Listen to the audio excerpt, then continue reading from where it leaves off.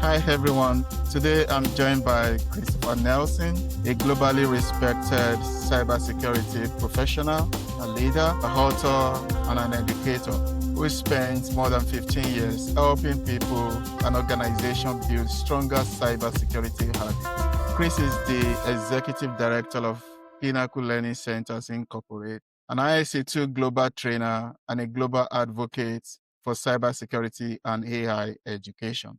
Christopher is also the founder of Cybersecurity for Everyone, an initiative helping people around the world understand and protect themselves online. He's a writer.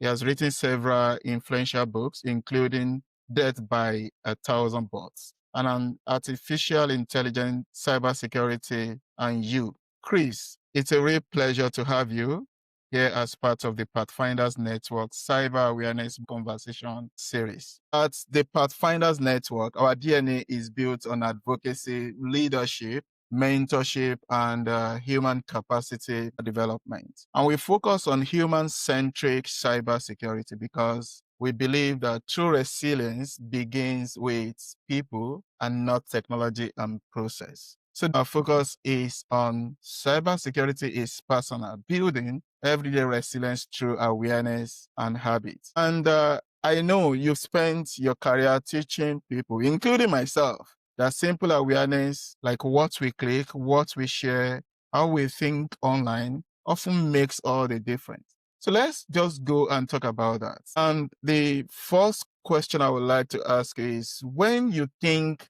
about your own daily online life, checking messages, using applications, teaching and traveling, what is one small habit that you personally keep? First of all, let me say thanks for having me.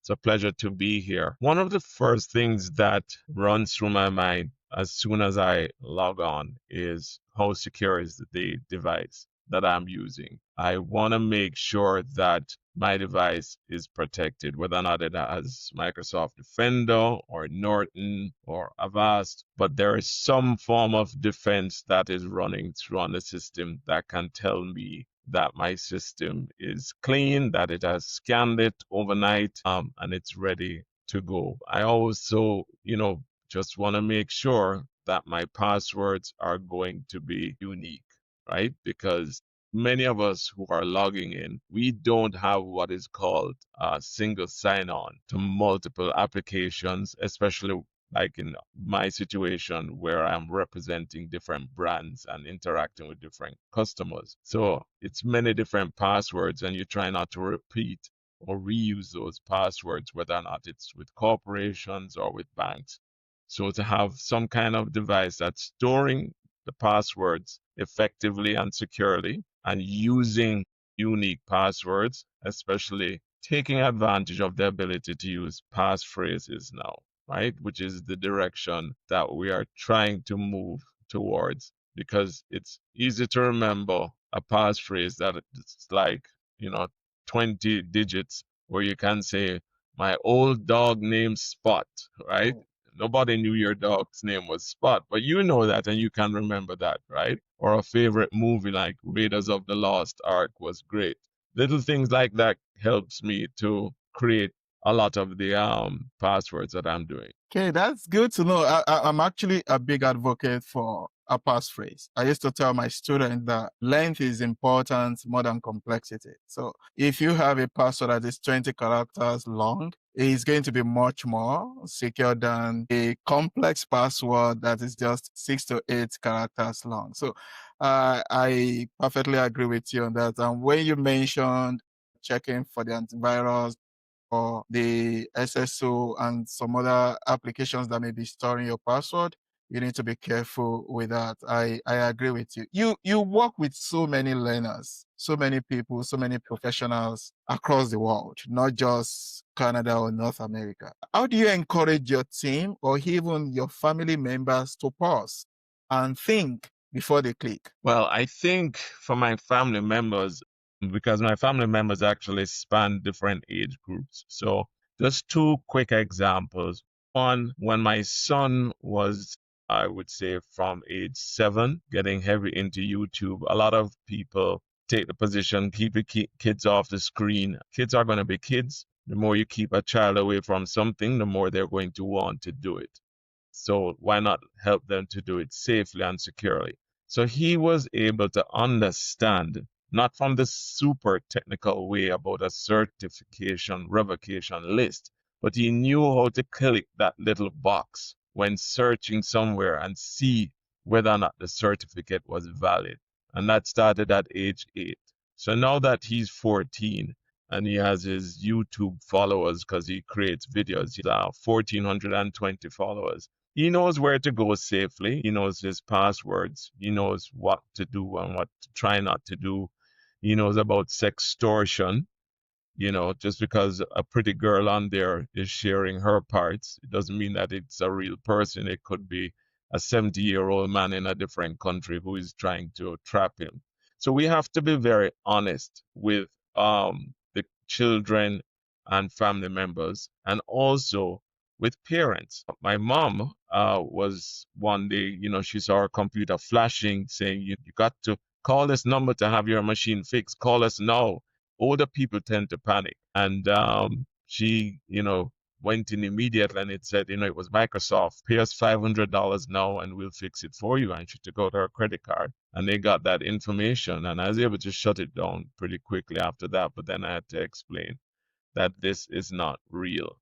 So um, it's interesting that you put it from the standpoint about your team, but for me, I work in a global space where everybody is my team. So people at work, people in my convention, people in my congregation. So like recently, I did a talk for old people, or should I say seniors, older people, where we actually went and we had lunch with them and we were able to do up a card for each of them that was there that they could leave with. And we took it and we went to other senior homes where we said, grandchild in trouble scam, prize or lottery scams, tech support scams, phishing emails and texts, and especially when you're a senior, romance scams, right? Or medical or health scam. And we gave this to them and they were able to take it with them. And, they can refer back to this anytime they see something like that. So that's really how we remind them of what they can do to protect themselves. Yeah, and I love how you were able to break things into different categories, different age groups, because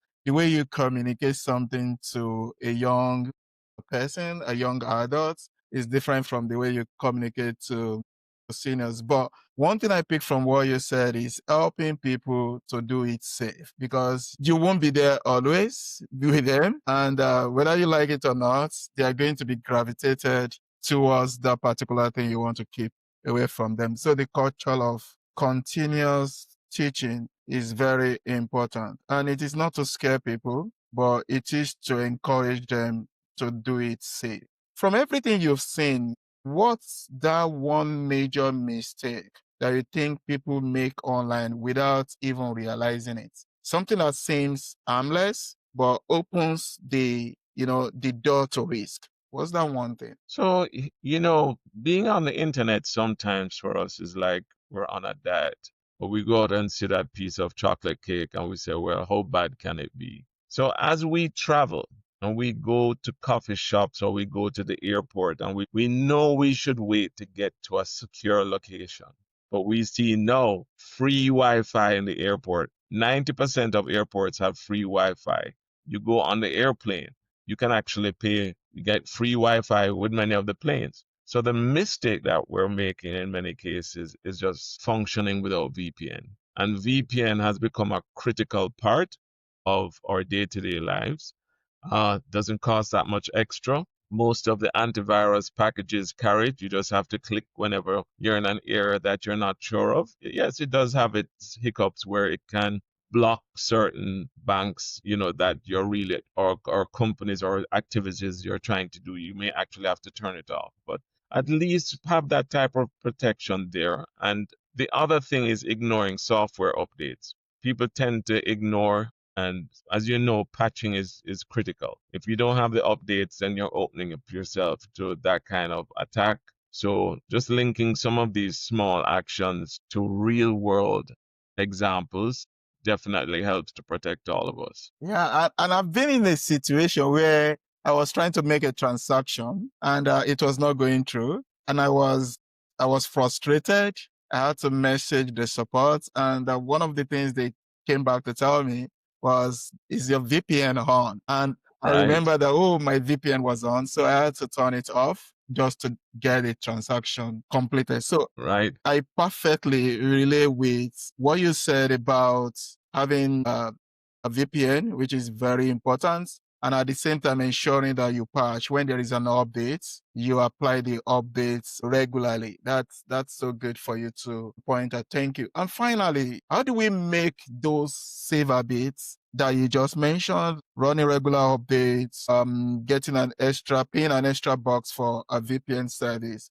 How do we make them stick? So cybersecurity feels like a normal part of our everyday life and not an extra thing to remember. Yeah, I think we have to show the consequences of not being safe online. And I think in my situation, I try to encourage people by, placing posters in particular places, just reminding of the damage that can be caused, the loss from particular industries, even the loss to children who have been exploited or even kidnapped, parents who have lost funds, and you know investments that have been lost, and your personal information and your photographs. So you have to do it carefully, gently. Nobody likes to be made to feel stupid. um, it's all about communication and not always being the smartest person in the room and trying to appear that way, but just explaining what we call hygiene, right? Brush your teeth every day, have your cyber hygiene, right? Brush your computer every day, right? Just, make sure everything is clean, make sure everything is up to date, right? Same kind of scenario, joke about it, have conversations. And, again, as I said, like this, when I give these out to people and we go around, use strong passwords, beware of scams, use antivirus software. And the more we do it, is the more we become advocates in the industry, and people not just look at us as, trying to be smart, but that we're really trying to help. Right. That's the best way to go about it. We have to talk more about it. We have to drive home the consequences of not doing it right without making the recipient of the information look very stupid. That's something that we have to keep in mind. And I agree with you 100%.